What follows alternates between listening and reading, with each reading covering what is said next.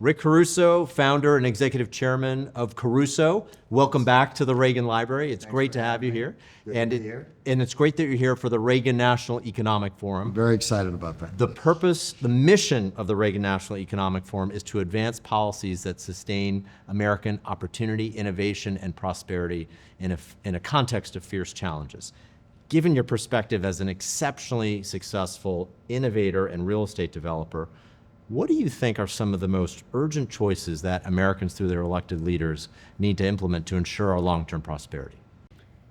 Well, I think they have to have a priority of prosperity. You know, a lot of times our elected leaders don't prioritize what people need in order to work hard, live well, raise a family, and be able to build a business, hire people. Sometimes you become so overregulated in many of our states or our cities. That's a real problem. But if there's one thing that I've seen over the years, it's really access to education. And we need to do a better job in this country, certainly in the state, in educating our youth and doing it in a way that everybody's got access to it. Tariffs in China are certainly in the news. What are your latest views on that topic and the current approach to tariffs and China specifically? Well, I start out, I believe in free trade. So in a perfect world, which I know we don't live in, I wouldn't have any tariffs. But I certainly agree that we should have reciprocal tariffs, right? If somebody's charging us, we should charge them to make it fair.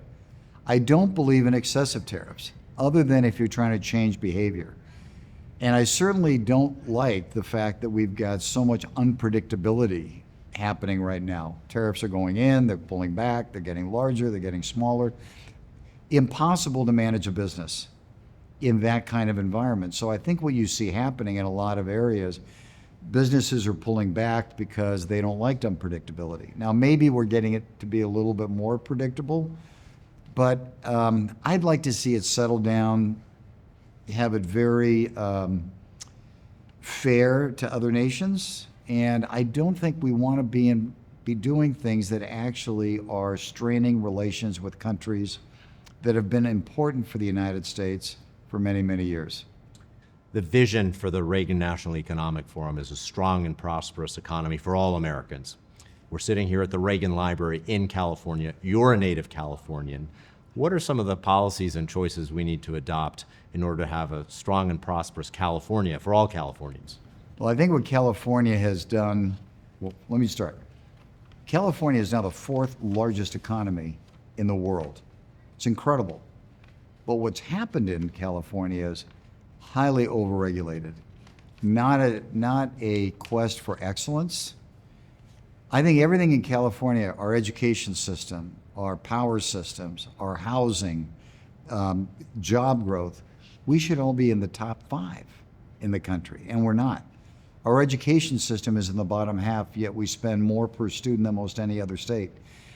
We need to drive excellence in every corner of the state. We need to unleash it, to unleash the power of the state. It's incredible. Some of the best thinkers, innovators, entrepreneurs are in California, yet we literally are pushing them out because we overregulate them so much, or we don't welcome them to grow their business here. Texas and Florida loves it, so does Tennessee. Sure they do. They're all beneficiaries of our silliness here.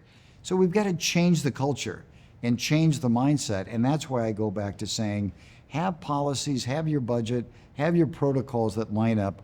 Let's create a system where people can literally thrive, build a business, raise a family, do well.